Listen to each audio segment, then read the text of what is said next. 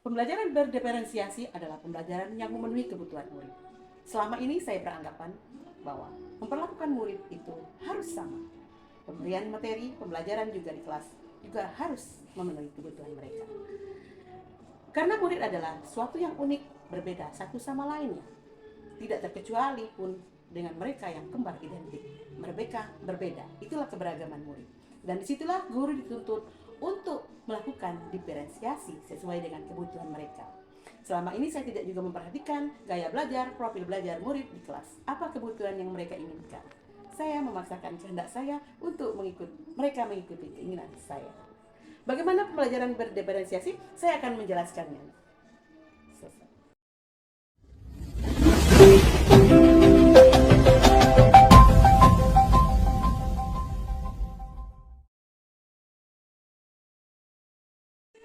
Assalamualaikum warahmatullahi wabarakatuh. Berjumpa kembali dengan saya Siti Hajar, calon guru penggerak angkatan 9 Kabupaten Ogan Ilir.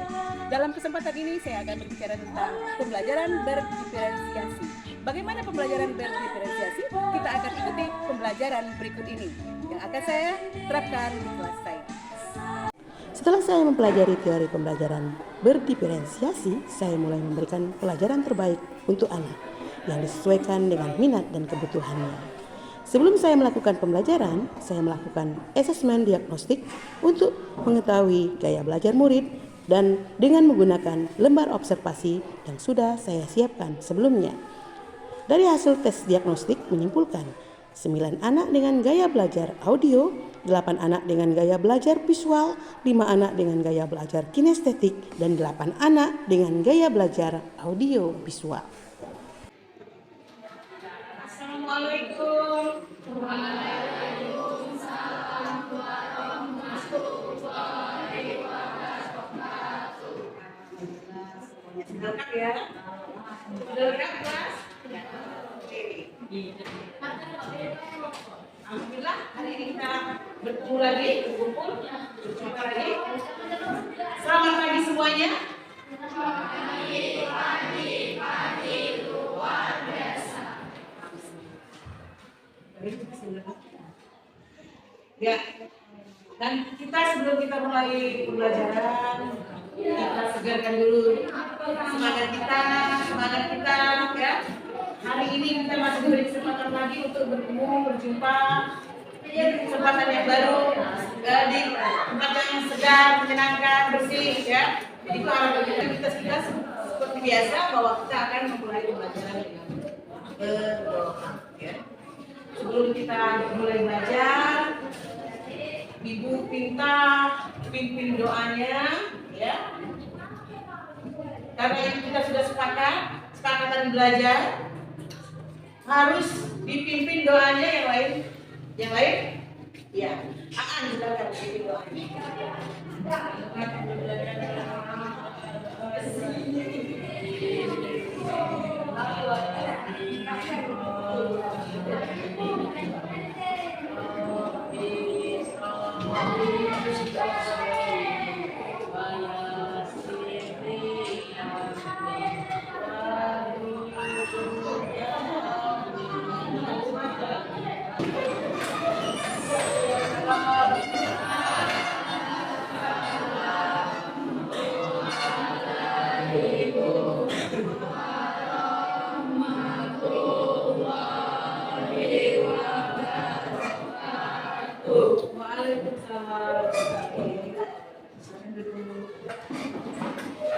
Sepertinya bahasanya hari ini. Masuk semua ini? Masuk. Ada yang sakit? Ada? Yang sakit kita doakan Tuhan kembali dan kembali seperti biasa. Baiklah anak, kita kembali bangkitkan semangat kita sebelum kita mulai belajar. Kita seperti biasa ice breaking dulu. Kita pakai tepuk semangat, ya. Kita mulai semangat, bangkitkan semangat kita, ya. Jadi yang lesu, yang loyo, segera kembali konsentrasi ke sini. Oke,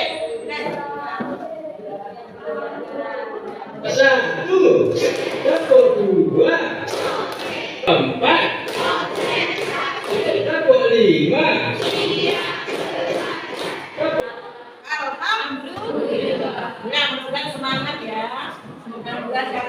akan semangat kembali belajar.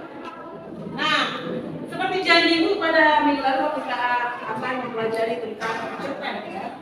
Cerpen tapi yang kita gali adalah unsur-unsur intrinsik yang terdapat di dalam cerpen. Apa saja? 7 dong. 7 tidak apa?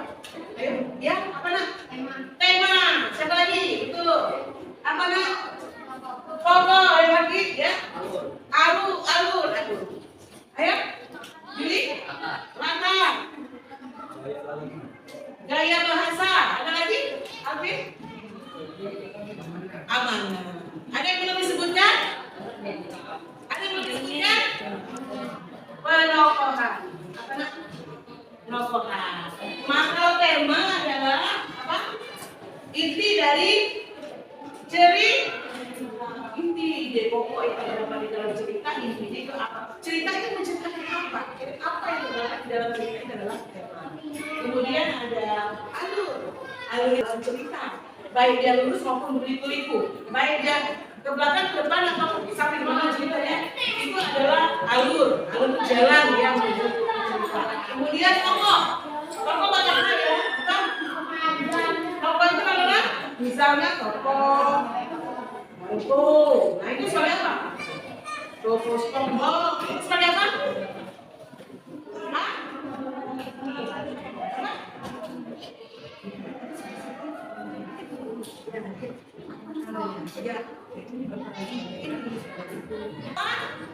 Pelaku orangnya yang diceritakan di dalamnya si A, si B, si C, si Z tadi kan. Yang memerankannya itu adalah tokoh pakai H. Kalau tokoh tidak pakai H, itu adalah punyanya si Akel. Tokoh berjualan, ya kan? Kemudian ada penokohan. Nah, kalau tokoh tadi kan punya, misalnya dia jahat, baik, ya apa namanya?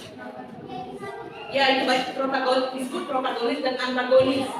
Protagonis adalah yang bersifat baik, kalau antagonis adalah yang jahat, yang biasanya musuhi protagonis. Misalnya si hero-nya tadi ada musuhnya tadi adalah antagonis. Yang pahlawan-pahlawannya biasanya protagonis. Nah, protagonisnya tokoh ini adalah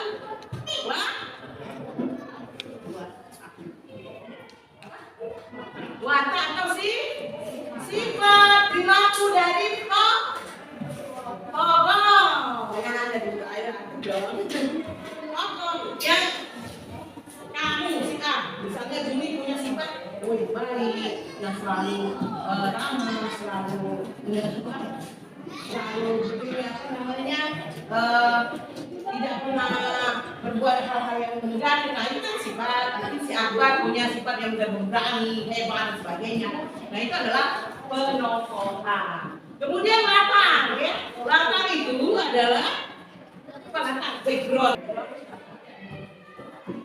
Yang penting bercerita di dalamnya. Baik dia itu latar tempat, latar waktu maupun latar alat. Latar tempat adalah tempat terjadinya peristiwa, misalnya, ya, udara terasa dingin, ya. Angin bertiup sangat kencang, sedangkan kabut asap mulai sangat menebal. Aku terburu-buru mengambil peralatan cangkul cangkul parang dan lain. Aku lihat di belakang sana, itu kan. Angin sudah mulai melelehkan pohon dan hampir merobohkan batang-batang pohon yang tinggi. Nah itu makanya apa? Gimana tuh? Gimana? Disebutkan ya? Tadi sudah disebutkan di mana kejadiannya? Di sawah, di belakang sawah. Ada apa di situ? Padi, tapi misalnya ada padi sudah disebutkan tadi ya. Dengan rombongan anjing yang membuat nampak dua kelebat bayangan, ya bukan apa ya, dua kelebat bayangan melintas di area kuburan. Nah ini adalah latar apa yang sudah lagi di kuburan. Latar tempatnya adalah daerah kuburan. Waktunya 12 malam atau tengah Suasananya gimana ini? Membuat kudu-kudu ini. Itu suasananya gimana? Suasananya gimana? Suasananya ada suara lolongan anjing, ya. Itu anak-anak ya. Ada buat lebar banyak. Di area kuburan. Kamu bayangkan suasana gimana itu? Suasana di kuburan, tengah malam buta, ada suara lolongan anjing, gimana perasaan? Hah? Bunyi dong. Berani nggak kamu? Berani nggak apa? Akhir. Aku berani nggak tengah malam buta? Enggak. Jadi? Berani. Siapa berani? Basi, Samsul, berani kan? Anak kamu kan berani dong tengah malam buta. Ya? Nah, jadi di tengah malam, suasananya jam 12 malam tengah malam buta dan ada suasana adalah suasana yang menyeramkan. Tahu nah? Bikin dulu jadi nggak ada peralatannya. Jadi tidak usah disebutkan, orang sudah tahu bahwa itu adalah hujan. Kemudian gaya bahasa, angin terasa menusuk di kulit. Gaya bahasa apa itu? Angin masuk kulit sampai gaya bahasa hiperbola berlebih-lebihan, ya. Misalnya udara malam lolongan anjing, ya. Seperti menyanyikan lagu horor yang sangat menakutkan, horor anjing, atau nyanyian malam seolah-olah mengantar pada impian mereka. Itu kayak bahasa ya? Atau gaun melambai-lambai seolah-olah, ya, menyambut kedatangan pagi ini. Itu gaya bahasa personifikasi, berbola dan sebagainya. Kemudian amanat. Nah, amanat upacara apa tuh? Terjadi di dalam ini. Amanat apa? Sikapnya seragam apa amanat? Amanat apa jadi? Pesan yang terdapat dalam ceritanya maunya mengajarkan apa? Mau pengennya gimana, kan? Nah, jadi ketika pesan itu sudah sampai, maka pembaca akan mengetahui, oh ternyata yang diinginkan pengarang ini supaya yang baca jangan berbuat begini karena akibatnya ini, kan? Kamu sering nonton film sinetron misalnya kan? Atau film apa yang kamu suka? Ya, di situ kan ada tanpa sadar, oh ternyata kalau berbuat seperti itu akan terjadi begini, kan? Itu amanat. Atau ada pesan-pesan tertentu yang akan disampaikan oleh penyarang. Sampai di situ paham? Ada yang ditanyakan? Nah, ada lagi ini unsur intrinsik, ya, unsur intrinsik. Cerpen. Ini apa kalau dalam bahasa Inggris? Ini menunjukkan apa ini?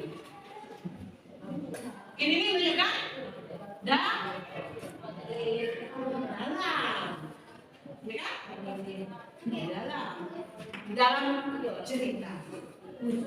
Di dalam cerita. Nah, ada lawannya, adalah lawan dalam.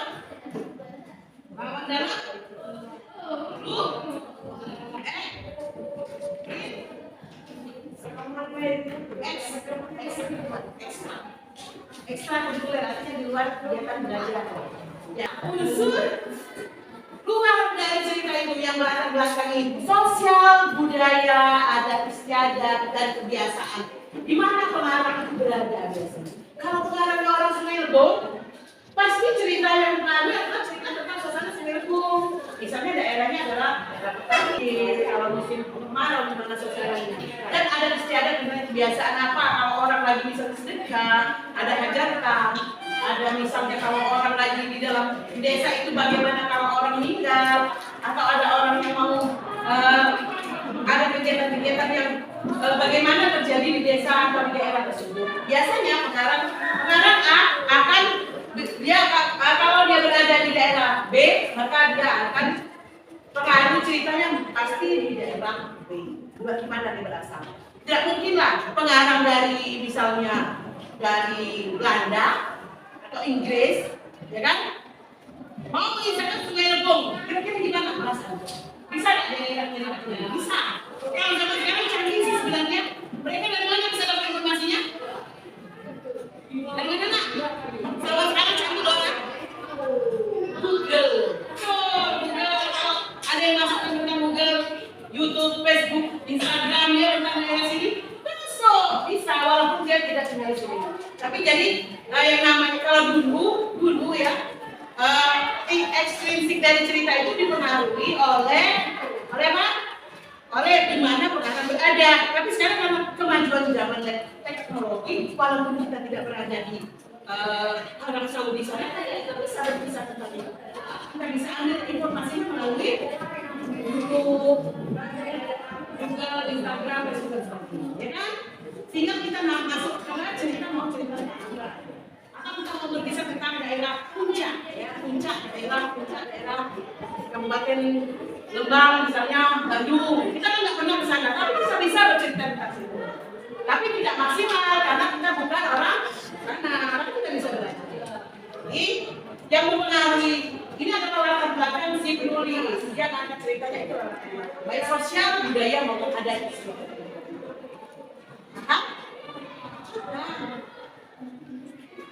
Kami itu harus banyak membaca ya, perpustakaan nanti setelah dibuka harus rajin lah ke perpustakaan ya. Banyak informasi yang kamu peroleh. Atau sekarang canggih nak, bisa buka YouTube, bisa buka Padlet, bisa buka apa nih yang Vizo ya, banyak membaca aplikasi yang bisa kamu baca di jadi kamu manfaatkan gadget sebagai langkah bijaksana dalam melakukan kegiatan menambah kualitas dan pribadi di situ. Jadi gadget bukan hanya untuk main game, habiskan kuota, habiskan duit, tapi digunakan untuk hal-hal yang paham ya? Ucapan apa? Bareng-bareng? Alhamdulillah.